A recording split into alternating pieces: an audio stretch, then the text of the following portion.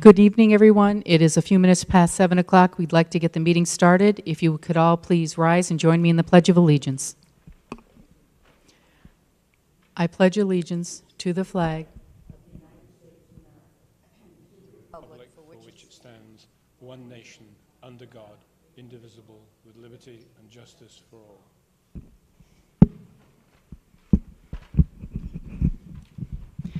Thank you. Good evening.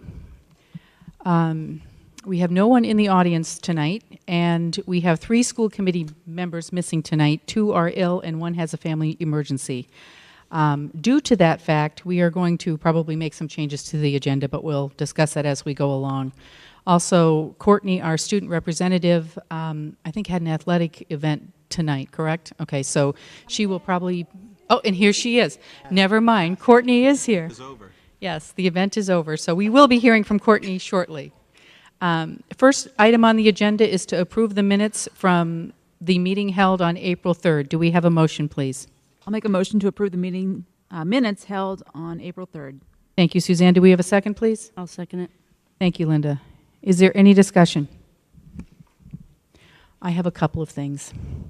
I briefly just had a conversation with Sandy and Mary both. I'm sure that there are plenty of typos in these minutes, particularly on page 7 in the 3rd bullet point. And then on page 8, the top paragraph, I couldn't even follow what the train of thought was there, and I was at this meeting. So I'm sure between Sandy and Mary trying to get the minutes right, something was lost in translation, but we will correct that. Is there anything else, any further discussion on these minutes? All in favor? Any opposed? Thank you. Unanimous. Next is to approve the minutes of the meeting held on April 10th. Do we have a motion to approve the minutes, please? I'll make the motion to approve the minutes held on April 10th. Thank you, Suzanne. Do we have a second? I'll second it. Thank you, Linda. Any discussion? All in favor? Any opposed? The vote is unanimous. Since we have no one in the audience, we can skip oral communications from the audience. Chairperson's remarks. We have the District Communications Committee met on April 4th, and the minutes are included in this packet. As I noted last time, it was a very lightly attended meeting. Nevertheless, it was held, so the minutes are in this packet. We will be holding a meeting. Brian, did we set that date? Yeah, June 6th, is it? That was the one where it was scheduled for the 23rd, proposing to move it to June 6th, right. 2 weeks later, Thursday the 6th. And we'll notify town officials, and it's just because of the fluctuations that still can occur yet in the state budget. We feel that it's fair to meet a little bit later with the town officials. We will need a special meeting on May 22nd of this committee. Normally at this meeting, we would be electing our school committee officers, but since Raleigh will not hold their town elections until next Tuesday, we really can't do that. Even though all the school committee members are running unopposed, we just can't reconfigure tonight. So we will have a special meeting of this committee on the 22nd. We had a regional schools committee meeting 2 weeks ago. Again, the topic was the state budget and regional transportation. Still working closely with Cleon Turner, who is from the Cape, to try and put forth in front of all the legislators the true needs of the regional districts. We do have a meeting coming up a week from tomorrow, which I'll be attending, so I'll have an update at our next meeting. I also want to point out, I'm sure you all got this notice that Division 1 is holding which is our division, a meeting on Thursday the 23rd at 6 o'clock in Chelmsford, and the topic will be trends in special education. So I hope some of you can attend that as well. And that's all I have for now. So Courtney, the floor is yours. Hello. I want to apologize about all the time changes and stuff. I wasn't really sure when I'd get back from my game, and the time of the start of the game actually got moved to earlier. So thankfully I was able to be here sooner. And secondly, since I wasn't very prepared, I have it on my phone. I'll make the best of it. So this week is Teacher Appreciation Week, and we started it off by student council giving the staff a Keurig machine and tons of K-cups, so they'll be able to use those whenever they want, especially with the new coffee ban that has been lifted. Each class was given a day of the week to give the teachers gifts to the staff. So I think the sophomores gave out little, I don't know how to explain it, like for their badges, the teacher badges, things that just say Triton High School. It's really nice. Juniors made out cards, and we gave them and got them signed to all the staff members. There might have been mugs, something like that. But all of the classes gave out little gifts in appreciation. Also, the PTA gave an appreciation breakfast on Tuesday for the teachers. For the next 2 weeks, students have AP testing. Friday, May 10th, junior prom. We're having the junior prom at Danversport Yacht Club, and we're all very excited. May 10th, there's also a Team Triton casino night at the Newbury Library for the Stadium Fund. May 13th and 14th, the sophomores have their math MCAS. May 15th is the high school spring concert. It's a Wednesday. May 16th is local author day, and it is Kathleen Brenner Dublé and Andrew Dubis, I believe. May 22nd, the AP statistics classes are going to Franklin Park Zoo to perform projects and analyze and gather data, and then we'll be able to make hypotheses and do everything we've learned throughout the year, and that's sort of our bang after we have our AP test on Friday. It'll be really fun. May 23rd is the Mr. THS competition.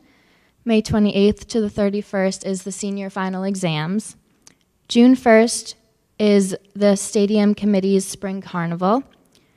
June 4th and 5th, there is Science and Technology MCAS going on. June 3rd through the 8th is Senior Week activities. And the 3rd is Senior Prom. The 4th is the Honors Banquet at DeBurrows in Bradford. The 5th is the senior class trip to Six Flags. The 6th will be yearbook signing. The 7th is the junior-senior breakfast and the awards ceremony. And 8th is graduation. And June 9th is the Byfield Day 5K/fun run, which the proceeds also go to the Stadium Fund. Thank you, Courtney. Anybody have any questions? I'm going to put a plug in for Casino Night on Friday night. It's going to be a lot of fun. I hope everybody comes. Get your tickets online at TEF. Lots of good things happening in regards to planning for the stadium. Anyway, thank you, Courtney. Thank you. Moving on to reports and deliberations. School choice. Oh, I'm sorry, Deb. Okay. This, I wrote down the next date for the District Communications Committee meeting as the 6th. Yes, it will be. Okay, so the way she was talking, it sounded like that might be a Friday. I'm not sure. June 6th is a Thursday. Is a It is, Thursday. okay, thank you. Thanks. School choice, Mr. Farmer? Thank you. The committee, if it intends to participate in the state free choice arrangements, needs on an annual basis to confirm that it will continue to do so. It's a mere formality. There's a recommendation there that you confirm your participation So 2013-14 school year. thank you. Do we have a motion to confirm that the school committee will participate in inter-district school choice program for the 2013-14 school year under the terms of MGL Chapter 76, Section 12B? I'll make a motion that the school committee confirm its participation in the Interdistrict School Choice Program for the 2013-2014 school year under the terms of Mass General Laws, Chapter 76, Section 12B. Thank you, Debbie. Do we have a second, please? Second. Thank you, Robin. Is there any discussion? All in favor? Any opposed? Thank you. The vote is unanimous. The budget briefing? We have still a good deal of uncertainty around the final state budget. Brian has shown himself to be pretty good at this, so I'm going to ask him to introduce his paper. And I'm not going to walk you through the paper because it's actually out of date at this point because they're making some assumptions there that are now past tense. the basic gist of where the budget stands today is we have no new published numbers. The latest and final House budget did indeed change the minimum local contributions. Our Chapter 70, if you look at our state aid overall, regional was up a couple thousand, Chapter 70 down 1,500, charter. So net, our state aid per se, the funds coming to the district, remain pretty static. However, the House did remove what the governor proposed as the effort reduction funding, which is what caused this huge discrepancy with Newbury's MLC going back so drastically. They brought it back to the 15%, which is what's been used in years past. That being the case, the guidance that is as referred to in that sheet basically states from the Department of Ed that if we have an approved budget, regardless of what the state does after that budget is finalized, the committee does not have to make any changes, because in the eye of the state, regardless of what numbers are finalized at, we used published, reliable, known figures at the time, and we satisfied our regional agreement. We've been notified by the towns, and it's passed in Rowley, talking to Neil Harrington. It was slightly higher, and recognized the fact that it was slightly higher than they had said they could support, but that he would be recommending it for passage, and obviously Newbury is going to pass it. So if that happens, not only do we satisfy the agreement with 2 out of 3, we actually have a unanimous approval of the budget, which is historically what happens for us anyway. That being the case, regardless of what happens here on in, the budget, as far as the state is concerned, is a done deal. The committee could decide, and again, let me take a step back, it's a done deal in the eyes of the state. The committee reserves the right to reassess if the final figures do warrant a change. There's a push from MASS, and I believe it's for 50% effort reduction that MASS is putting forward. So that would obviously it would increase Newbury's assessment, not to where it is if they publish them today. The problem is there's nothing published. We don't know anything until the state either does a joint local aid resolution between the House and the Senate, or we have a final budget on June 29th. Senate is projected to have a budget completed by next week, perhaps voted and approved and on to conference by the 3rd week of May.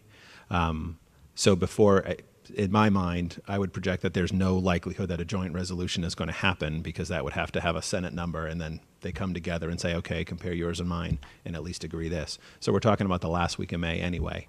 By that point, all 3 town meetings will be done. We're not going to change anything at this point. And I have talked to Tracy Blaze, Debbie Egan. I've played phone tag with Neil Harrington, but everyone agreed that I've spoken with that we don't want to change anything midstream. Rowley's had their town meeting. We can't change anything until everyone has an opportunity to take action on the budget that was presented. So if it's approved, the budget's done. If the final MLCs, regardless of what the funding is, if the MLCs adjust, the committee could decide to reassess based on those adjusted minimum local contributions. I would say with 99.999% certainty that the result of that would be Rowley and Salisbury's assessment coming down and Newbury's assessment going up. If we were to do that, we would then, you would reconvene, take the vote, we certify it to the towns. If the towns of Rowley and Salisbury need to take no action because their assessment is going down. They've already approved at town meeting a higher figure. They're done. However, because Newbury's a figure, their assessment would be going up. That budget cannot be approved without their approval.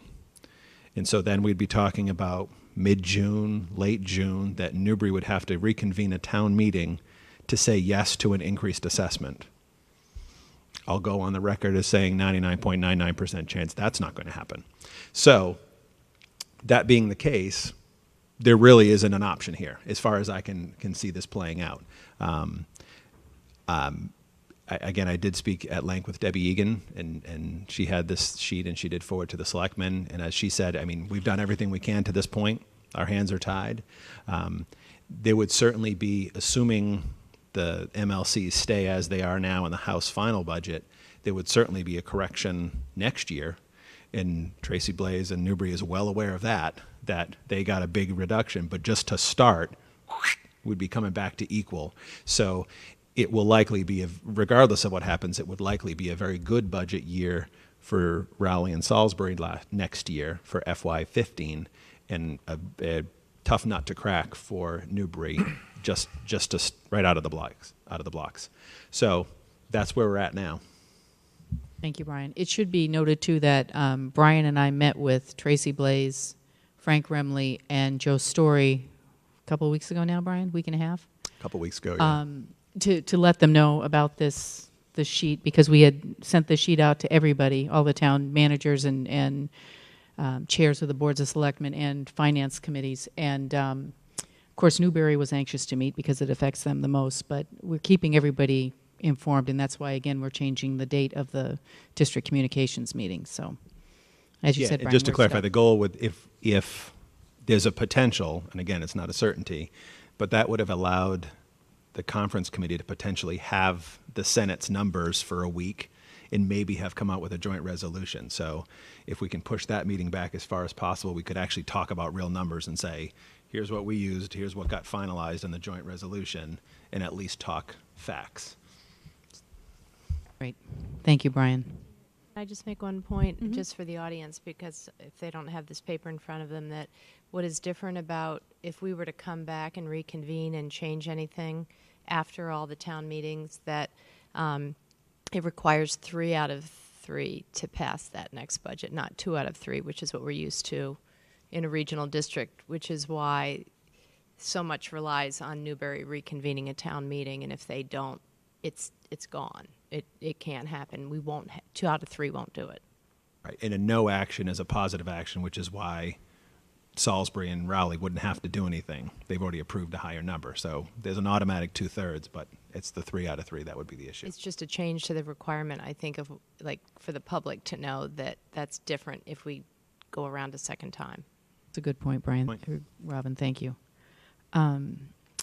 Moving on to branding the district, strategic planning, and public relations. Do you want to take this, Mr. Farmer, or do you want me to? Well, I'll try and set the scene. It must have been a couple of months ago that you had some discussion around the possibility of hiring an outside consultant or employing somebody to work with the district on some yet unidentified priorities. Things that were in the mix were branding the district, strategic planning, and public relations. And Brian and I were asked to come back with some ideas and an indication if there's any money in the budget. Unless things have changed, there is no specific funding available in the budget for this. In terms of some of the possibilities, branding the district clearly is an issue in terms of how people perceive the district. As an aside, you may have noticed that I have sometimes played with papers that say Triton Public Schools on the top instead of the Triton Regional School District. I know that Catherine Dorr occasionally refers to the high school as Triton High School rather than Triton Regional High School. The thinking is that sometimes the emphasis on regional tends to emphasize, separation rather than coherence and collectiveness. There are other issues, obviously, in relation to branding, the nature of all our publications, logo, letterheads, all the things that go to, this is from Triton Regional School District. My office tries to be very consistent around that. But at the moment we have some variation clearly amongst the individual schools. The other part of it, in terms of branding, is what are we known for? What are the things that people know that we are good at? And how do we help people to know what it is that we are good at? So I think those are some of the things. Brian, you're going to chip in, and Kim, as you feel you wish. Strategic planning, you have a plan, and I think you know my view that we need to have a plan. But in these times we're living in now, plans need to be continually updated because we need to be successful. Organizations in the current climate are fleet of foot. They're flexible. They're responding all the time, but holding true to their core values.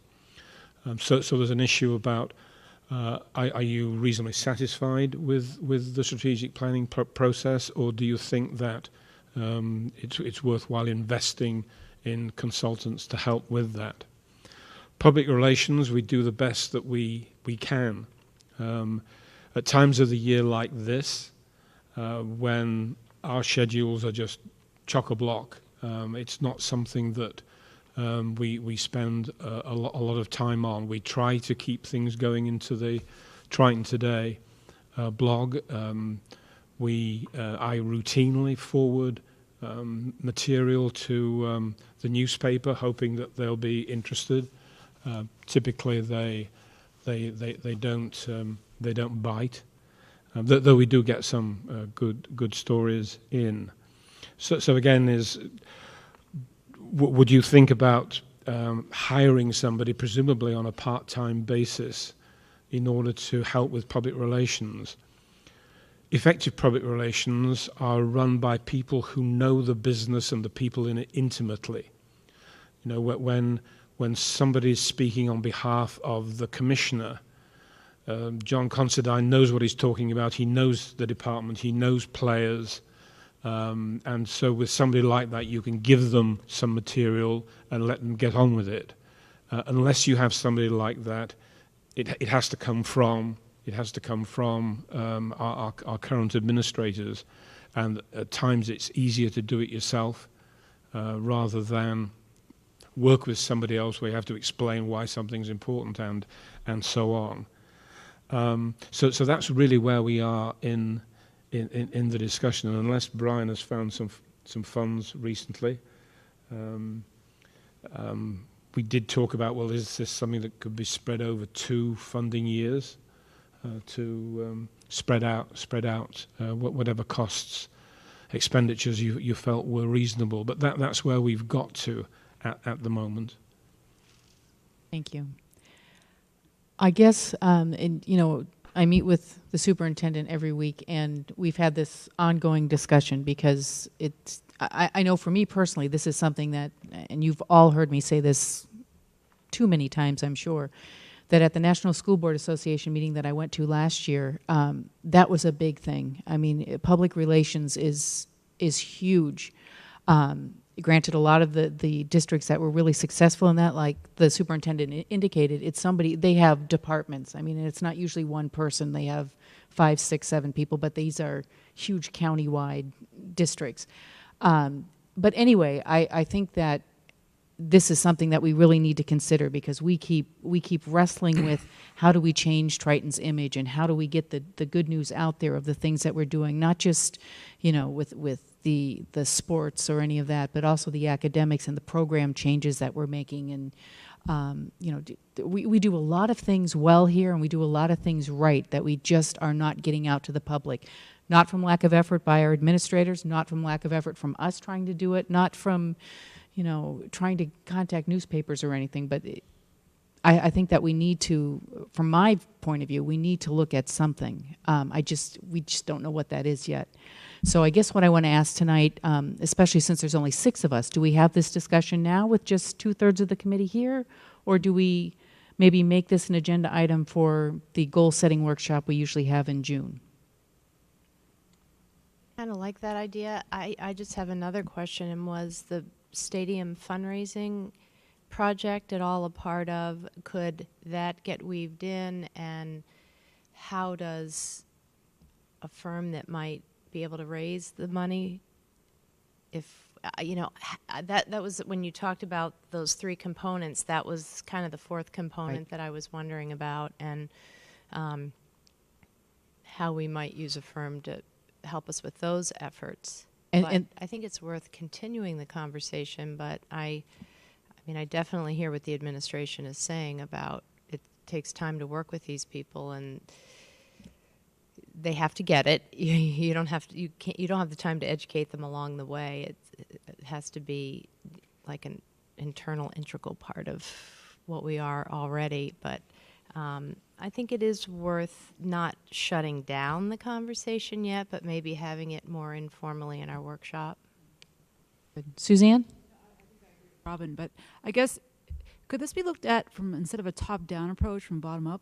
And we have all these students here, and what better way to, you know, promote your district but the people who are actually in it? I just don't know if that could be a school-wide or district-wide initiative, and that's a huge undertaking, but like school pride and then do it that way. I mean, there's so many kids in this district and so many families. Instead of having one person try to do an umbrella, but have it more of a basin type of thing. But that's, again, for that discussion. I think that it's not that, I mean, they're not here, so I don't care. But I'm not putting this off because the 3 people aren't here. I just think that would probably be better to think about it, digest it, and do it in the summer, or the workshop. I don't know what day it is. I think so too, because I think brainstorming would be a good idea. But to answer both of your questions, actually, you're right, Robin. We do need to have publicity about the stadium fundraising too, but that shouldn't be all our responsibility. TEF is actually doing the fundraising, so that's part on them too. And we've had, and Brian has been in many of those conversations as well. There's been many conversations as to how do we go about doing this and whose responsibility is it. And we're trying to, the steering committee has been reconfigured, so we're trying to figure that out now. And to your point, Suzanne, you're right. We've talked about that too. The school newspaper, the Triton Voice, is now going to be sent to the elementary schools. There'll be copies of it there. Initially, we'd like to have it to everybody. After further thought, I don't remember if it was mentioned there, but I know when I was trying to think of all these different things, you know, like you said, Suzanne, having the students do that, maybe we could have a district-wide newspaper instead of, you know, in addition to the Triton High School newspaper or the elementary school newspapers or whatever, so that we kind of take all the information that's happening in the district and let everybody know about it, not just, you know, you have a student at the high school and you have a student at the elementary school. Those are the 2 schools you know about. I mean, there's awesome things going on in all 5 of these schools that we need to be promoting. But I think you're right. I think to get the students involved, whether it be an after-school journalism class or some sort of activity, there's all kinds of things that we can be looking at. But It takes oversight, though. You know, it even does, if it's definitely. from the ground up, it's got to have somebody. right.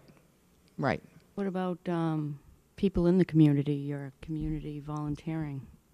We've kind of looked at that too, and actually some of the people who have experience with that are already working with us. But yeah, I mean, we don't have a clear vision or idea of how we should go about doing this. So until we have that, I think it's hard to really say to somebody, "Can you help us with what?" You know. Deb. A few years ago, the committee did hire someone to do public relations for the district, and it was somebody who lived in the district, and, you know, so I understand why there was expectations that would be successful. It wasn't particularly successful when you talk to people who were on the committee at that time. So I think Christopher may have alluded to it. It's very tough to find the right person to do it. And if I look at the people that I know that are the most enthusiastic about what's going on in the school, it's the people who work here and the people who go here. It is. I don't know how to channel that, but I think what Suzanne said and what you said has sort of been discussed maybe the best way to go, because you can hire the best PR firm out there, but that doesn't mean they're going to have the real enthusiasm that you're looking for to get the message out. So are we all in agreement that we're going to kind of, I mean, we've kind of begun this discussion tonight, but do we want to make this an agenda item for the workshop in June? Good, thank you. Superintendent's report, Mr. Farmer? Thank you. There's a typo in my schedule. It was a PEC meeting I attended, not a PC meeting. I do want to recognize the Kids Incorporated function that some of us attended a little while ago, and congratulate Carla Collins on a splendid evening.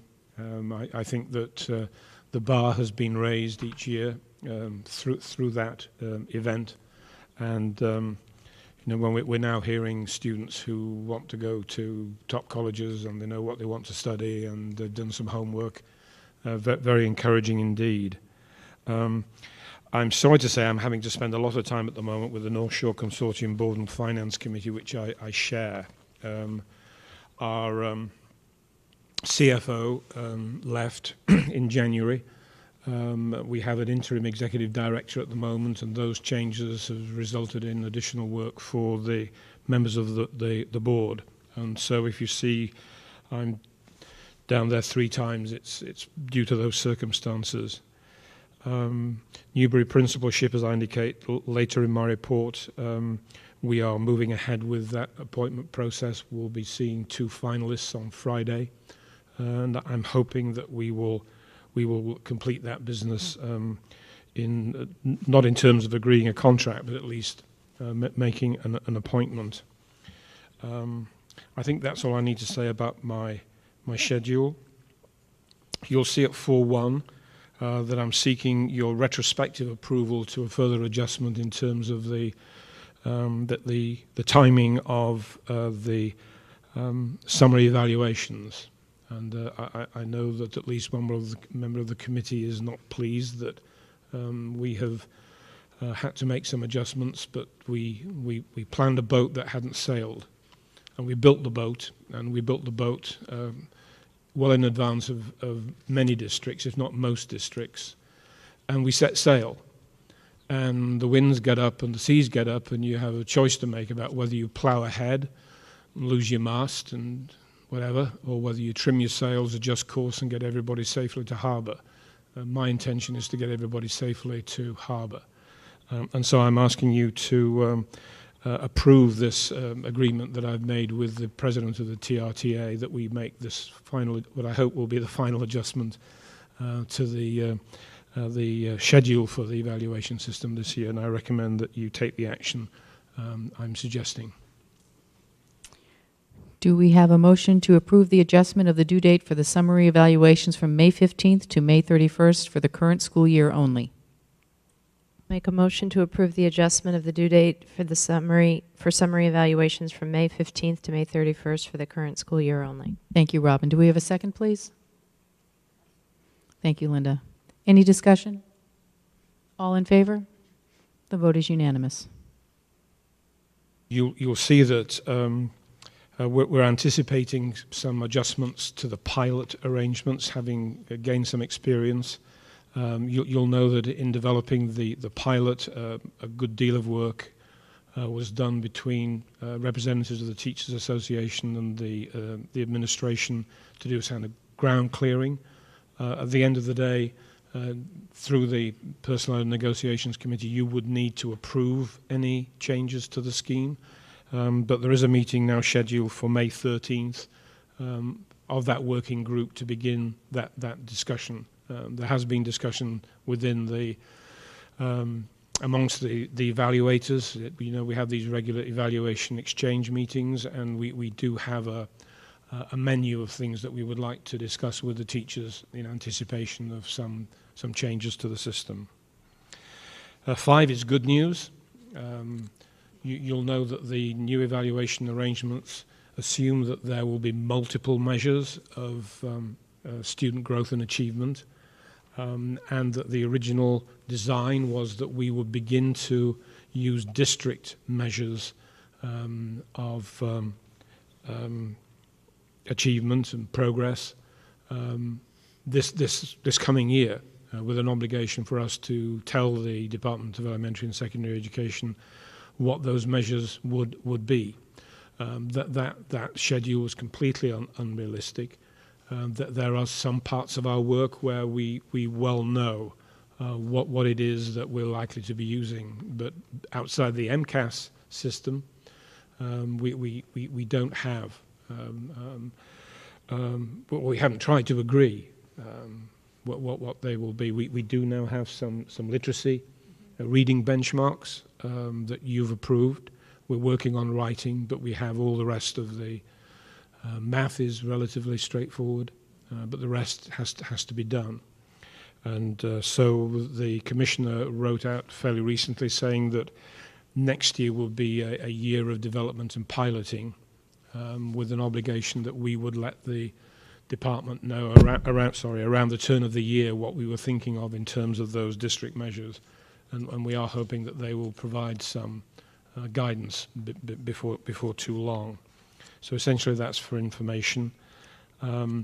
On the various appointments that we have outstanding, I've given the an outline there of the Newbury's firm, the high school. We're having a first meeting tomorrow afternoon.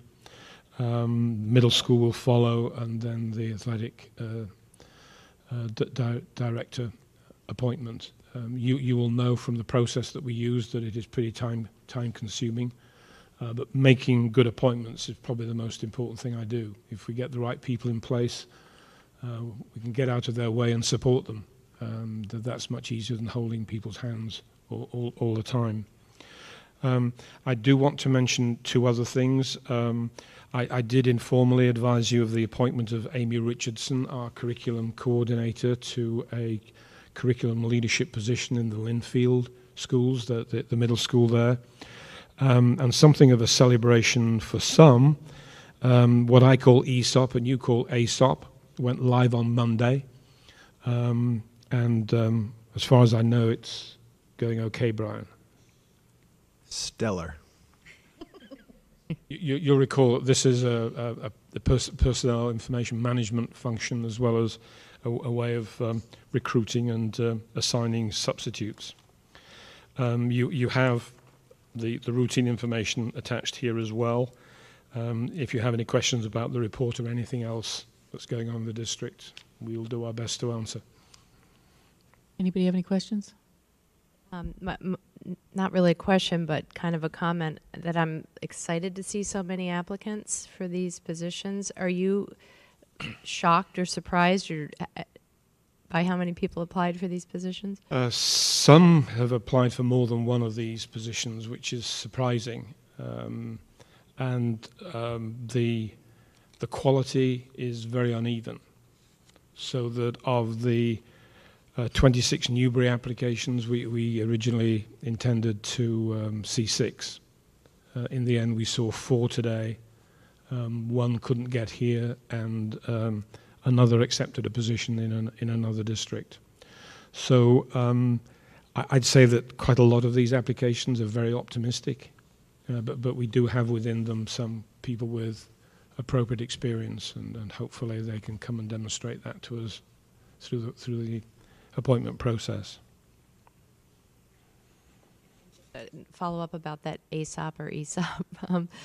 Obviously, it's very late in the year to really think that's going to affect who signs on with us as substitutes. But one of the hopes was that is such a convenient program that it attracts more, I don't know if I should say quality substitutes, not that our substitutes aren't qualified now, but if they can sign up and do it the night before, do we have a plan to, how do people who sub become aware of the fact now that Triton is now an ASOP district, which would make it much more attractive to substitute here?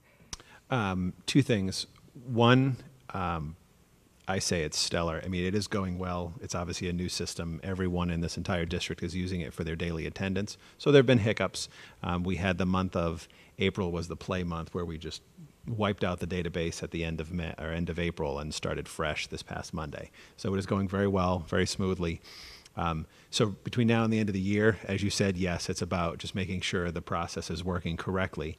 What we are doing now is we're advertising on School Spring, which is our recruiting tool, which I would say 90% of educators are looking to as their place to shop for a job. So we have put out our hiring process on School Spring with standing postings for qualified substitutes for each school that people apply right through there. So between that and then rolling into the system more fully and confidently come September, that's the plan, and then we can communicate through ASOP with other districts. We don't have the ability to get to them directly, but we can kind of inadvertently share that information. And apparently the word on the street is the way to go.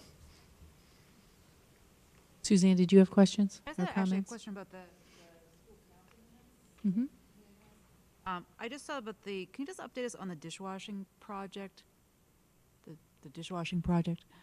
At I NES? know it says, it's just kind of hard, just kind of give us a short and skinny of, it says that they cease and, like, Cease and desist? yeah, cease and desist. Can you just kind of, Cease and desist. At Newberry Elementary School, they were doing the dishwasher project. Remember, they had that presentation here early this Yeah. year or last year, wasn't it? yeah, and then it's also, maybe I'm reading it wrong, or is No, that's the way I read it too, Suzanne. I had the same question. the fundraising efforts have halted in comparison to the 25-year-old dishwasher at Pine Grove. So I just want some clarification. It's on Appendix 2 after appointments. So it was under NES school. Oh, I'm School looking at council the meetings. agenda. April 9th. Oh, dishwashing. Okay.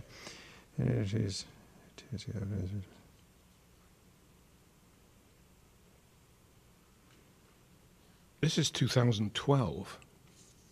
Yeah, these are the wrong minutes, because I can tell you I was just They over there came- washing They it. came and they did a presentation. Right, Well, I didn't even notice the date. But I thought it was like a wrong. You got the wrong minutes. Yeah, you're looking at, these are year-old minutes that got sent over. So the dishwasher is sense. fully functional. They've been using it for a couple months now. It works beautifully. I'm like, what's wrong? Cleans with this? dishes, They washed it cleans by hand? dishes, it cleans dishes. Oh, it's in the, oh. Yeah, I didn't print that whole thing Like, out, but I alright. did read it They have online. halted fundraising, but it's because they raised all the money and bought the dishwasher. Right, Okay. like, where'd the money go?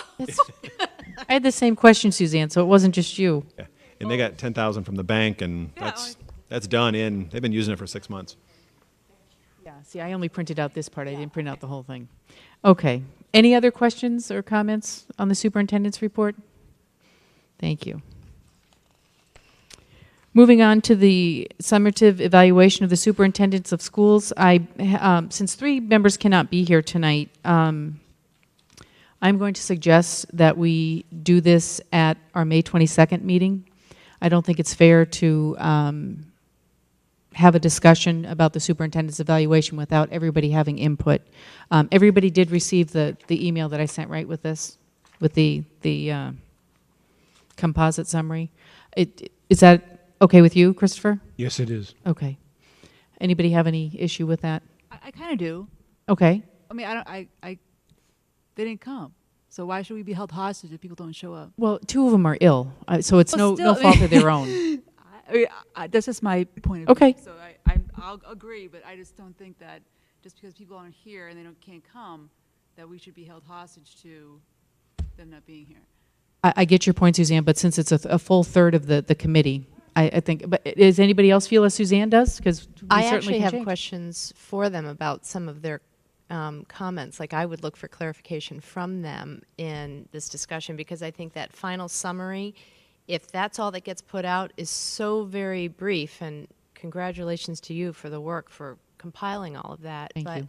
I really would, where some of the comments are in there by the members that aren't here, I think because those are published and that's what everyone sees, that we should be able to talk to each other about it.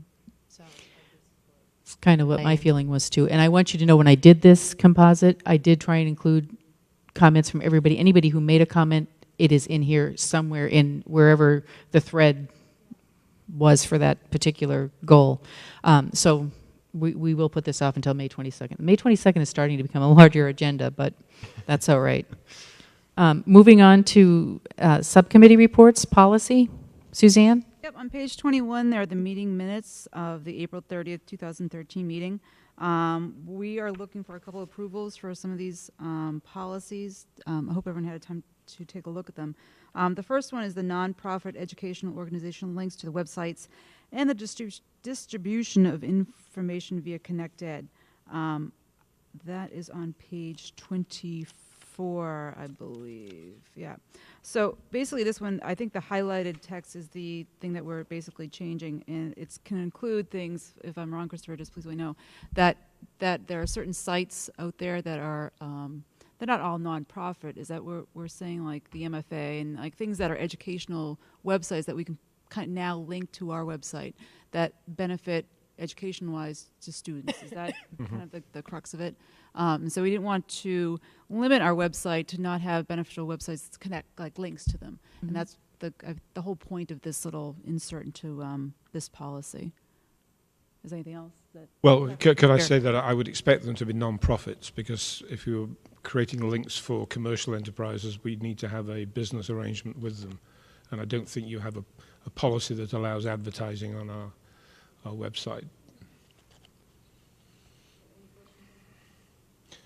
And could we just, there is the issue around using ConnectEd to send out material as well.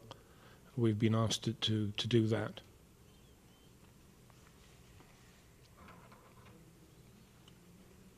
Yeah, do you want to vote on this right now, Suzanne, or do you want to finish your report? Whichever way you want to do it. No, we'll just go through each one. Okay. Okay, do we have a motion to approve? I want to make sure I'm doing the right one. The amendment to the policy on the use of school facilities by outside agencies for the distribution of literature and information as a first reading as recommended by the Policy Subcommittee at its meeting on April 30th, 2013. I'll make a motion to approve the amendment to the policy on use of school facilities by outside agencies for the distribution of literature and information as a first reading as recommended by the Policy Subcommittee at its meeting on April 30th, 2013. Thank you, Suzanne. Do we have a second, please? I'll second it. Thank you, Linda. Is there any discussion? All in favor? Any opposed? The vote is unanimous. The second policy that we took a look at is on page 27. It's the home education policy.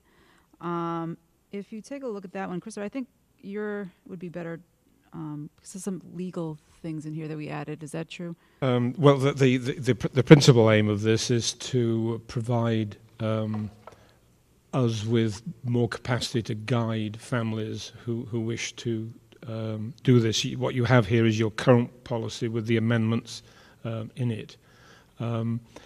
Families are supposed to make an application. The question is when, and there's a suggestion here that normally it would be June 1 prior to the year in which they're going to start. The current arrangement is not very specific about what it is they're supposed to provide us to give us some reassurance that they're going to be following a curriculum that's broadly aligned with state standards, or using curriculum materials which are going to be useful. So there's an amendment there in 2. Section 4 tightens the whole thing up in relation to standards, and it references directly the state standards. So there's no argument about what it should cover. And then over the page it references the world language expectation in middle and high school. It also provides a link to where families can find this material. The 5 is really a replacement for the former 6, which refers to standardized testing. I don't really think that most families have access to standardized testing. It's probably asking too much. So we're expecting under 5 a demonstration of progress, and suggesting that a portfolio of student work beginning of the year, end of semester, and so on will be a more practical way of demonstrating mastery, not least because we can look at student work. It's very difficult for us in the office to verify the results of a standardized test. You'll see that under 7, under the current policy, teachers of students have got to demonstrate their qualifications. Many families are not qualified as teachers, though they may have some relevant training and experience. So we're suggesting that rather than their qualifications, it should be their capacity to organise or secure appropriate instruction. These days, quite a lot of families use online programs. 7 is important because at the moment we have really no leverage if things are not going well. And as you know, I feel that we need to respect families' right to home education, but the administration should also be an advocate for children to make sure that they are having access to what they should be entitled. And so there's a new paragraph there where if there's concern, we initially provide support to the family to help them be successful. But if we feel that that is not having an effect, that we can then say, well, homeschooling is finished. There's the issue around interscholastic athletic activities, that they have a right, but this cross-references your recent review of after-school co-curricular activities, and it makes the point that somebody who's being homeschooled has got to meet the same standards as far as we can demonstrate as children who are attending school, so that somebody could be doing very, very little at home and still turning up to play baseball. And is that appropriate if they're not in good standing? And then finally, a copy of the policy should be given to every family who is seeking this. I'm sure there'll still be some issues. Kimberly has the responsibility for looking after this area, and while it still may be problematic, we think this will enable us to be more effective in supporting families and their children. Okay. Before we get into the discussion, do we have a motion to approve amendments to the home education policy as a first reading as recommended by the policy subcommittee at its meeting on April 30th, 2013? I'll make a motion to approve amendments to the home education policy as a first reading as recommended by the policy subcommittee at its meeting on April 30th, 2013. Thank you, Suzanne. Do we have a second? Second it. Thank you, Linda. Is there any discussion? Deb? I just want to comment that I'm very happy to see this, because for years we would sit here and have basically just a list read of who was homeschooling, and it just seemed like there was no check or balance at all. So I think this is wonderful. Thanks, Deb.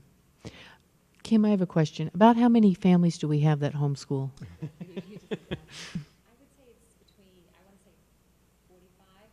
Okay.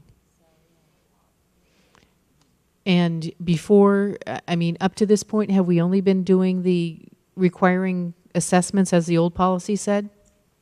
Yes, and there were some court cases where there's a lot of gray area as far as what they consider assessments. So, but they did not produce any standardized assessments. That's what I was wondering. I do have to say a lot of them are taking advantage of the online educational supports for homeschooling. There's a large network and there's a lot of links. So that's been a great resource for a lot of parents. So it is improving, I think, but it still has a ways to go. And I think this policy, if it's communicated to the parents and what the expectations are right up front, then it will help with that process of making it a better situation for the students. Great, thank you. It's probably worth mentioning that there is nothing in state law regulations which relates to home education. What we have to go on is case law, which seems rather curious. Any other questions or discussion? I just have a question. If a family, for whatever reason, midway through the year, wants to begin homeschooling, where we have the June 1st deadline, how is that handled, and does the policy really address that? It says should, not must, and that gives us some discretion. Any other questions or comments? All in favor? Any opposed? Thank you. The vote is unanimous. The next one is the bring your own device accessible use policy. Brian just actually stepped out. He was at our meeting on the last meeting. Last meeting. So this is a new policy that they drafted, and it basically, if you take a look at it on page 29. They define the devices that they can use. Like obviously, they define that you can't bring your Nintendo DSs or anything like that, or gaming devices into the school. But things like iPods, iPads, smartphones, etc. They said that you can bring those into the district, and we're defining that you can use them and establish some criteria to get onto our websites, get onto our Wi-Fi, things like that. Brian, I don't know if you want to kind of update us on how you kind of developed this policy and some of the guidelines that you came up with. This was actually developed by the District Technology Committee, which is made up of, obviously, Deb Jones, our technology coordinator, as well as instructional technology specialists, a couple teachers, and then several parents who are in the tech industry. There's been a lot of debate. This actually, Newbury Elementary School Council is very interested in adopting a BYOD initiative. And there's been a lot of debate about, it's actually one of the things we were talking about with the candidates today, the impact of BYOD, which is bring your own device, and how that plays out. I'll go on record saying I'm not a huge fan of it because of the fact that we have lots of different devices, and there's actually a couple teachers who have tried this at the high school, and the reality is it's only helpful if you're going to web resources, and if you're going to a website that is great content, but you're looking on an Apple device, it's not going to support Flash content. An Android will. Or you find this great content that's on an Apple, an iSomething app, but you can't get it for an Android phone. So it really is rather restrictive on how it can be used. This policy is meant to be a shell. There's still a long debate to be had about how well and if it will work. This policy is intended to put into place the guidelines for those teachers at schools or different levels that say, okay, we're going to give this a shot and see if we can make this work. This puts the structures in place to say, if you're bringing a device and connecting it to our network, it's for the purposes of an educational exercise under the direction of a teacher with their knowledge, consent, and so forth. Anytime a device connects to our network, it's a student would log in as a student, so all of the SIPA compliance would be in place. Staff as a staff member, administrator as administrator. So that's the easy piece. The first piece before this really goes into place is putting Wi-Fi access universally in a or all buildings. So. Do we have a motion to approve a new policy on the use of internet-enabled personal devices in the classroom as a basis for consultation as recommended by the Policy Subcommittee at its meeting on April 30th, 2013? I'll make a motion to approve a new policy on the use of internet-enabled personal devices in the classroom as a basis for consultation as recommended by the Policy Subcommittee at its meeting on April 30th, 2013. Thank you, Suzanne. Do we have a second, please? Any discussion or questions? Robin? Yeah, I guess and this would come later, but I do have huge concerns about 25 different little people in a room holding devices, looking at different things. I mean, I have 2 kids in my house, and if they're both on a laptop at the same time, I can't be over their shoulder to see which each of them is looking at. And we'd assume they were doing research or whatever the teacher was having them do, but I guess what about all the smart boards? I mean, don't we have smart boards in classrooms because the teacher can control the access to the internet and pull up what they need? And I guess, like, how much time in a typical class is spent on a child doing its independent research versus the teacher teaching, the discussion, the accessing, the general information? And the whole thing just scares me a little bit where we go with this. And I totally agree we have to have some kind of policy in place for those pilot programs and what's going on there. But I think the technology can be a gigantic distraction, and while you think they're accessing something, they're probably texting someone in another class or sending a photo, and I know that's in there. But it just worries me about the control and the oversight in the classroom. I mean, how does one person look over 18 or 25 shoulders to see that they're doing what they're doing. And What this doesn't say is it's okay to bring devices to school now. So what this says is when it's been determined that Class A and Class B is going to pilot this and try it out, there would be communication with families. Here's what we're doing. Here's what we're trying. This has happened twice at the high school and it wasn't successful because only 60% of the students brought devices in, and more than half of them were iDevices that wouldn't work for the flash content. So I will say there are great uses for a more interactive approach when every student has something in their hand. There are great, particularly with math and sciences. or they'd all be on the same site at the same time type thing? Okay. Taking part in, or if a class has a set of iPods and they're out in the marsh and they're using sensor probes and testing alkalinity, and is that the right way to say that? Scientist. So there are good uses. My personal preference, and I've said this before, so I'll say it here, is that we need to be owning the devices and having mobile labs, whether it's labs of iPods, which are easy, some iPads, some traditional laptops, some Google Chromebooks, which are just basically web-based laptops for cheap. So I think that's where we need to move. And then we can say every child in the class has it. Every child can access it. Okay, everyone go to here. We're there. Everyone's on the exact same thing. It looks exactly the same, and they're doing the exact same activity. Not, oh, I have a Kindle Fire, and I have a Nook, and I have an iPhone, and I have an Android, and it doesn't work. Because what everyone will want is, oh, we need support helping connect our devices to the network. And we've got 4 technology people. 2 of them are more instructional and data, and then 2 technical people for, at this point, 1,300 computers. They have a hard enough time keeping everything working with those, let alone 3,000 devices. So, and what it points out in here is a very good point. It would be naive to think that we can control the content on the devices, because everyone has a device. I think you said this when we met. Everyone has a device with 3G or 4G cell data plans. So if they have them here, they're already accessing, and we don't filter that because we can't. So this is just putting the basic shell so we can start saying, yes, let's start playing, experimenting, seeing when it can and can't work. And then eventually the title will change. It won't be BYOD. It'll be... It may still be a policy, yeah. But then there'll be another policy to say, yeah. Any other questions or comments? Because you both covered what I was going to say. Okay. Do we, all in favor? Sorry, that was a little brain lapse there.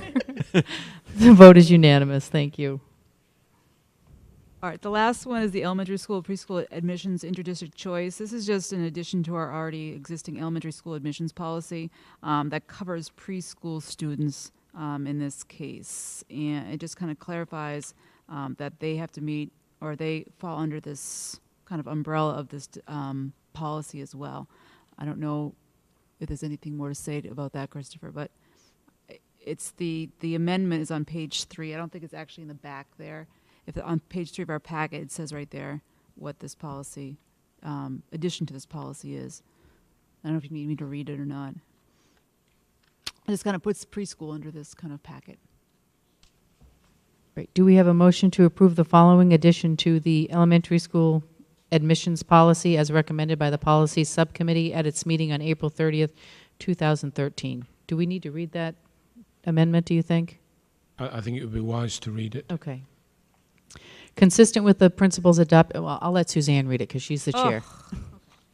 I'd love to read it. Okay. Consistent with the principles adopted in this policy, preschool students who are residents within the district may be enrolled in a school outside of their hometown or on or after August 1st in the year of enrollment, subject to there being available space in the school of choice. Once enrolled, the student has the right to remain at the school through to its final grade. Transport of interdistrict choice students to school shall be responsibility of the family, irrespective of whether or not they have an IEP. The conditions set out in Section 4, Q of this policy also apply with regard to persistent tardiness or absence. Sections 4I and J of this policy apply as they relate to the rights of younger siblings and the need to hold a ballot in order to assign available places. Do we have a motion? I'll make a motion to approve the following addition to the elementary school admissions policy as recommended by the policy subcommittee at its meeting on April 30th, 2013. Thank you, Suzanne. Do we have a second? Thank you, Linda. Any discussion? I'm voting. Someone wants to go home. All in favor? Any opposed? Thank you. The vote is unanimous. Moving on to Finance Subcommittee. Robin? The Finance Subcommittee met on Tuesday, April 23rd. You do not have an executive summary in your packet because my computer crashed and I've not figured out how to use my new product yet. So I'm just going to summarize the minutes and give an overview of those. One error I just picked up, Mr. Farmer was in attendance at that meeting. In fact, you'll read later in the minutes that he recommended the if and then budget issue, which we've already covered tonight, but I just wanted to correct that. We reviewed the FY13 Treasurer's Report, the monthly expenditure report, the revolving accounts report. There really were no issues there. The only thing I want to mention is that it's looking like circuit breaker may be a little higher than we thought, but we won't know till we get those final reimbursement figures from the state in June to see how they're going to refund us for that. So that account may look a little better. The preschool, full day K, and school lunch are still operating in the negative, and we're still thinking 50,000 will probably have to be backfilled out of the general budget to bring those to zero going into next year. So we voted unanimously to recommend that the school committee receive and file all three of those standard reports that we review. The other item that we dealt with was the letter of intent from AmRes, who is asking for our approval to study the land at, I think it's 145 Elm Street that the district owns, with the possibility of leasing that property and putting up the solar panels, and which would be a income of $60,000 a year to the district for the next 20 years. So we looked at that letter. We felt that unanimously that it was the right thing to do to at least allow them to conduct the study. This only says that we're not going to go shop it around with this idea to do that. We are not committing to anything. They still have to have plans. They have to come back, and it may fly, it may not. But we didn't feel that it was worth blocking this because this could be $60,000 a year budget. I hope that wasn't some kind of message. That's the same ghost. Same one who's watching you. And then we did get a draft language for the OPEB liability trust fund that was still in the hands of the attorneys last time we met, and they brought that back to us, and we reviewed it to the best of our ability. We're not attorneys. We feel that it was well done, and we feel strongly that this is something that we'd like to move forward with as on a district level to create this OPEB liability trust, to get the language for it, to begin to take the steps. And whether we can afford to fund it or not, we're beginning the process, which is important for our bond rating. It's important for future funding. So the other item that we addressed was the recent updates on the FY14 budget, which we already dealt with in the meeting earlier this evening. And then finally, one member did bring up the fact that we would like to look at, in our next finance subcommittee meeting, get some comparisons and just talk about the idea that perhaps the chair of the school committee stipend should be different than the rest of the school committee because of all the work that is involved. And so we're just going to begin a exploration of Sure, what's now you consider it. That's a carrot. No. But anyway, so I can go back now and begin to make some motions, unless there are questions before we want to get into. I think we should make the motions first, and then we'll go through it. Do we have a motion to receive and file the treasurer's report for the March 31st, 2000? Let me redo that. To receive and file the treasurer's report for March 31st, 2013, as recommended by the Finance Subcommittee at its meeting on April 23rd, 2013. I'll make a motion to recommend that the school committee receive and file the treasurer's report for March 31st, 2013, as recommended by the Finance Subcommittee at its meeting on April 23rd, 2013. Thank you, Robin. Do we have a second, please? I'll second. Thank you, Mary. Is there any discussion? All in favor? Any opposed? Thank you. The vote is unanimous.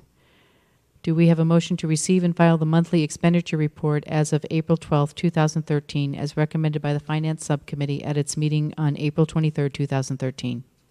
I'll make a motion to recommend that the school committee receive and file the monthly expenditure report as of April 12th, 2013, as recommended by the Finance Subcommittee at its meeting on April 23rd, 2013.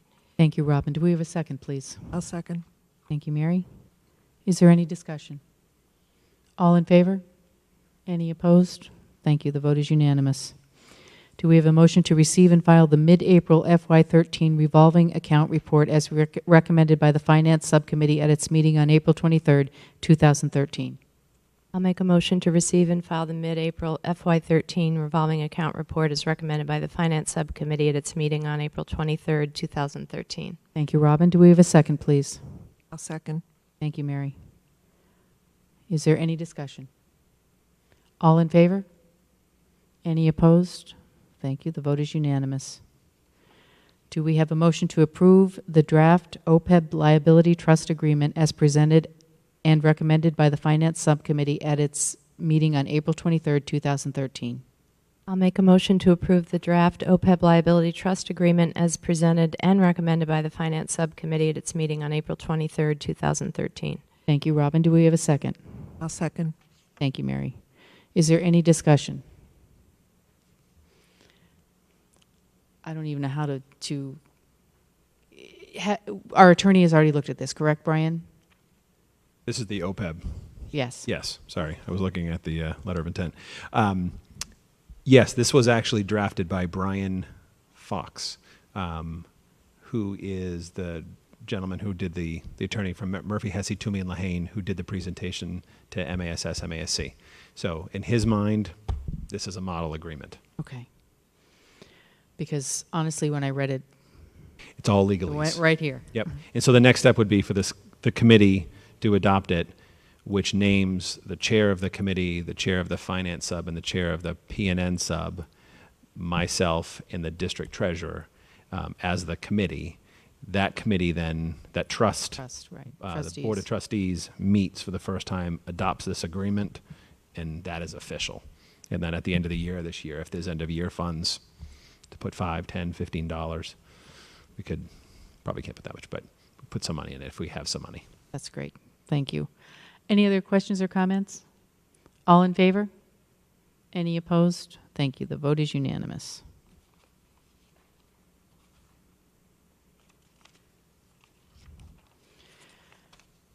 Do we have a motion to approve the AmRest letter of intent to provide opportunity for AmRest to assess the viability of the location of solar arrays on the district property at 145 Elm Street, Byfield, Mass., as recommended by the Finance Subcommittee at its meeting on April 23, 2013?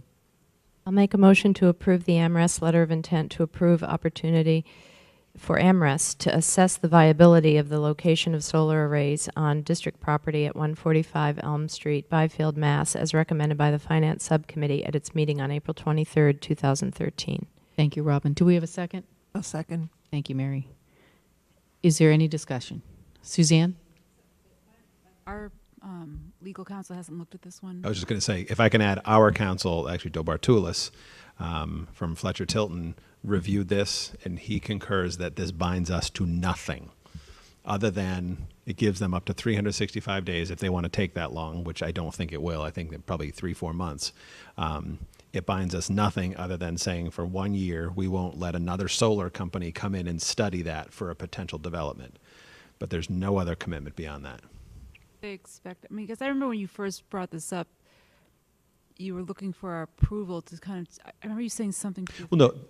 So the spirit of the intent is we would like to study this because we'd be interested if this could work. So if there's a unanimous vote that there's no interest in this whatsoever, I would say that's not worth signing. But there's no commitment required. Bob O'Brien is fully understanding, especially since I forget the name of the farm and the common pasture. It said that just because of that, the way that that was struck down by the Newbury Board of Selectmen, this is obviously going to be no walk in the park to make this happen. So they fully understand that this is an uphill battle all the way. This is literally just us saying, we at least want to explore it because we're interested. It's not to say everyone's going to love it and it's going to fly, or if it's even viable. It may not be viable.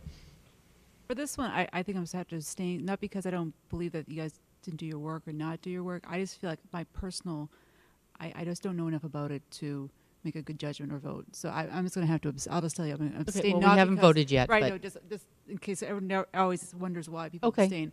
But I don't understand it enough, and I don't understand the process enough, and that's my own misgivings on my part. And I just don't want to put my,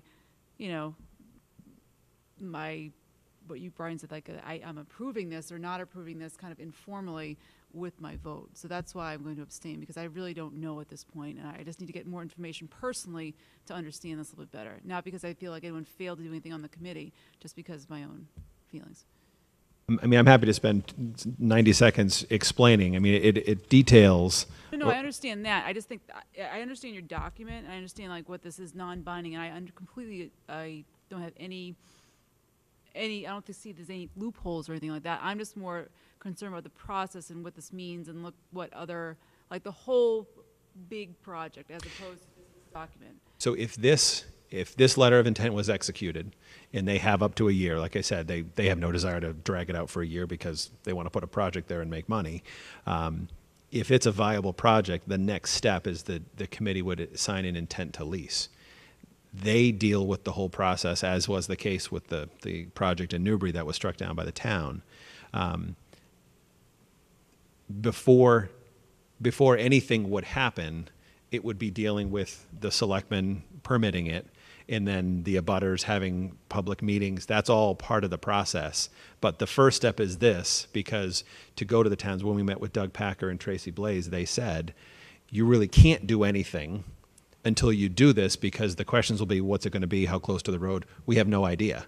They want to study it. They'll then come up with a preliminary design and say the setbacks will be no less than 1,000 feet from the road, tree lines, evergreens. They'll design the whole thing. And then the process says, okay, we really want to do this. We sign the intent to move forward and start the process. And then anywhere along the way, if the town doesn't approve it, if the abutters, if that whole falls apart, the deal's done. So there's multiple snags along the way. This is just getting to the point where they can come up with a plan to say, yes, it's worth the investment. Here's what we could design. We said 3 megs for 60 grand a year. It's going to be more like 2 megs for 10 acres for $40,000 a year. Are we still interested? If the numbers look right and it's something the committee wants to pursue, it's that vote that is then saying, we really want to do this. And then they go prep for the fight.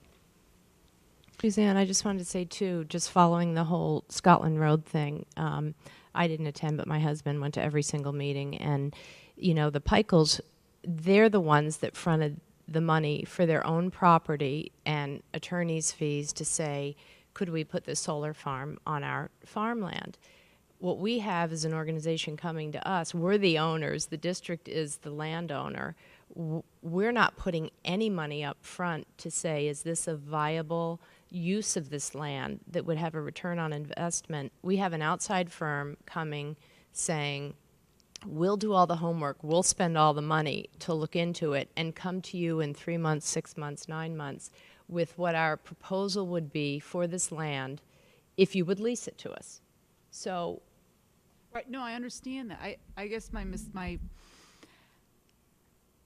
looking at the big picture. Is this what we want to do with this land? Is this like the best thing that the district wants to do with this piece of land? Is it, or say they came back with gobs of money, we make tons of money off this parcel. I just don't know if I don't personally have the basis to say that piece of land should be used for that just to make money. And that's just my I own. agree, but we don't know But until I'm they come abstaining. with the proposal. I'm not saying Yeah. no. I'm not saying yes, and I don't have to justify my abstain. I'm just No. telling you, for your benefit, why I'm abstaining. I'm not saying no or yes. I'm just saying that I personally don't have. I don't like to make a vote on something that I don't feel I have a good grasp on. and I don't have a good grasp on this. And now you can explain to all you want, but there's more than one piece of this puzzle that I need to kind of fit in here. And that's what I was going to ask, Suzanne. What do you have specific questions or That's the thing. I Or have you- not explored it. That's what I'm saying. Okay. I have not. If I had specific questions, I would ask them. But I do not. I'll just tell you right now. There's a lot of things that are unknown, and I don't even know what questions to ask. And that's where I'm at with this one. Okay, I mean, I can understand that because Yeah. it's a lot to wrap your head around. When you had mentioned other uses for this parcel of land, did you have anything in No, I mean, in mind?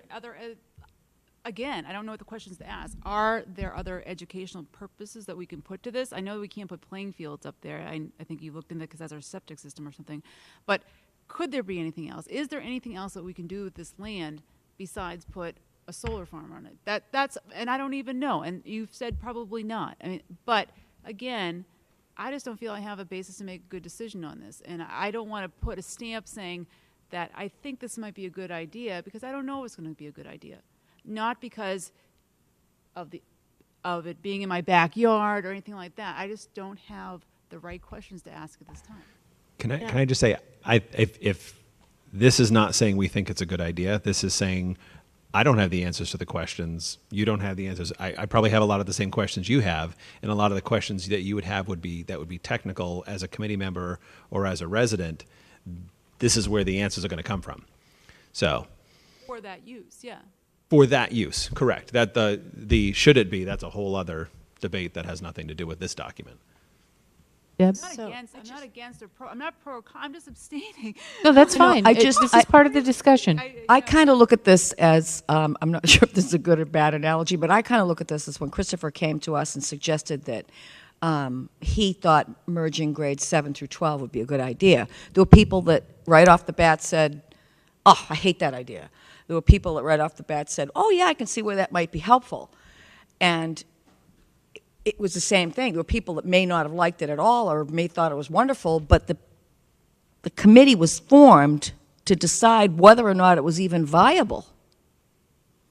And so I kind of think that that's sort of what this is. This is just to see if it's even viable. And regardless of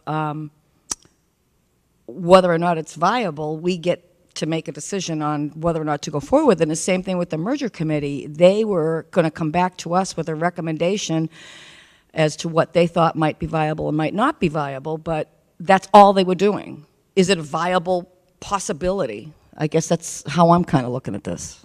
I think I was just originally stuck on Brian's comment when he first presented this, that was saying that this is our, I can't remember what you used. I can't remember the terminology, but I mean, the spirit is, I guess. the spirit is that we're interested in finding out more about this. I don't know if I'm interested. I don't know. I Fair guess enough. That's what I keep coming back to that. It's with the merger committee, it was supposed to be a neutral thing. It's supposed to be like, let's look into this. And look how it played out. I mean, people were like, again, people had set ideas. So I'm just abstaining. I don't have a good opinion either way. That's fine, and I appreciate you explaining that vote. One other thing I want to mention too, because I know before another concern that was raised when we discussed this previously is if there's any educational value to that land, and I think Brian had reached out to some of the science teachers, and quite honestly, correct me if I'm wrong, Brian, but I think that parcel kind of fell off their radar. It used to be used years ago, correct? And they tend to use the marsh more, but they could continue, and I think they actually started using it. And anything that they would be using from a biology standpoint wouldn't be touched because it's going to be protected anyway. So everything they'd be using with the wetlands, former wetlands, vernal pools, that would all be in the lowlands. That this would all be confined to dry, I don't know all the environmental terms, upland areas. So all the spots that they would be putting banks of arrays would be in not educationally valuable spaces. And they would still have access to the land. They would have access to the solar array, actually. Right. That's pretty standard that's written in. There'd be probably a 70-inch monitor down in the cafeteria that would be displaying real-time, energy use and carbon footprint remission and Robin? I was just going to say, too, that this letter of intent, basically, we're saying that we're not going to shop around to other solar farms. It doesn't say we're not going to shop around to other ideas, other possibilities. Yeah. And maybe if something like this is being investigated, I mean, what role might solar energy play in the educational purposes here at the school? Might it become a site that the kids visit or get involved with? It's just, for me, it's about the investigation. But it may not be a bad idea if this is pretty well known that we're investigating this option, then maybe that'll spur others to say, what are the other options? And meanwhile, it sits. It sits and it sits and it sits. And trust me, I'm not a person to sell out for money. I just think that if we can generate income that we're not generating, then it's our fiduciary responsibility to explore it. Any other questions or comments? Okay. All in favor? Any opposed? And one abstention. Thank you. Moving on to personnel and negotiations. Deb? We have had 2 meetings. We had 2 meetings in the month of April. The executive summary from the April 25th meeting is included. The 3 basic topics we discussed at that meeting were professional development for ourselves, Amy Jefferson's contract, and preparing to negotiate with Christopher Farmer for a new contract. The list of the professional development is included. I think this was a really good goal for all of us. I had one member who responded and said that she hadn't done any professional development, but I think I disagree, and Dina and I had talked about this a little bit, because professional development can take on all kinds of forms.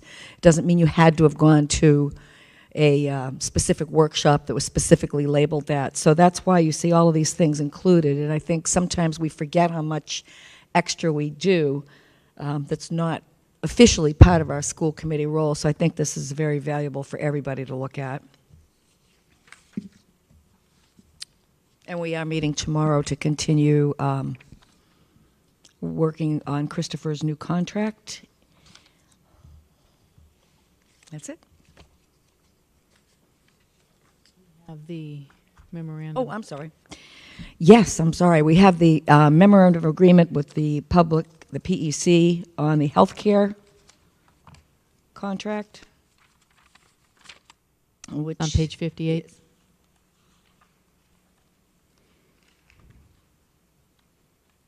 Yes, we're going into executive session for that, are we not? We have to take that. Do we have to take that vote in executive session? I thought that's what the reason for that was tonight. Or can we do that in open session? I think you do an open session. You already agreed the concept. Right, okay. So we won't need executive session tonight then? I don't think so. Do you think? All right, then Okay, we will good. not. Then we will Right. take a look at this right now. This is a 3-year agreement. Has everybody looked it over? Do you have any questions about any of this? No questions? Then I will make a motion. Do we have that- hang on one I'm second. We'll discuss it further after we make the motion, but do we have a motion to approve a memorandum of agreement between the school committee and the district's public employee committee on health insurance benefits for the period July 1st, 2013 through July 30th, 2016? I will make a motion to approve the memorandum of agreement between the Triton Regional School District and the Triton Regional School District Public Employee Committee, which was agreed upon on April 11th, 2013, For the period. for the period beginning July 1st, 2013, ending on June 30th, 2016. Thank you. Do we have a second, please? I'll second. Thank you, Suzanne. Now, is there any discussion or any questions on this? Suzanne, you look confused. No, I'm not confused. No, I'm good. Okay. Can I just state this was also drafted by our attorney? Thank you, Brian. And this I was- think I mentioned it at our last meeting that this was a very pleasant experience, actually. All of the participating bodies were very agreeable in working together. which allowed us to get health care savings. All right. All in favor? Any opposed? The vote is unanimous. Moving on to out-of-state visits. Mr. Farmer, did you want to go through these? I think there's only It's one. only one. Right. It's an annual event. There's nothing special about it other than that the students will enjoy themselves and hopefully learn something as well. That is the goal. Do we have a motion to approve a visit by Salisbury Elementary School 4th grade to the Seacoast and Science Center at Oregon Point on June 18th, 2013? I'll make a motion to approve the out-of-state visit by Salisbury Elementary School 4th grade to the Seacoast and Science Center at Odeon Point on June 18th, 2013. Thank you, Debbie. Do we have a second, please? Second. Thank you, Suzanne. Is there any discussion? All in favor? Any opposed? Thank you. The vote is unanimous. Since we will not need executive session, do we have a motion? Oh, first I want to remind everybody that we will be meeting on the 22nd for a special school committee meeting to be held here in the library at 7 o'clock. And the next regular scheduled meeting of the school committee will be on June 12th. Again, 7 p.m. here in the library. Do we have a motion to adjourn the meeting, please? Motion to adjourn the meeting. Thank you, Linda. Do we have a second? I'll second. Thank you, Mary. Is there any discussion? All in favor? Any opposed? The vote is unanimous. Thank you, everybody. Good night.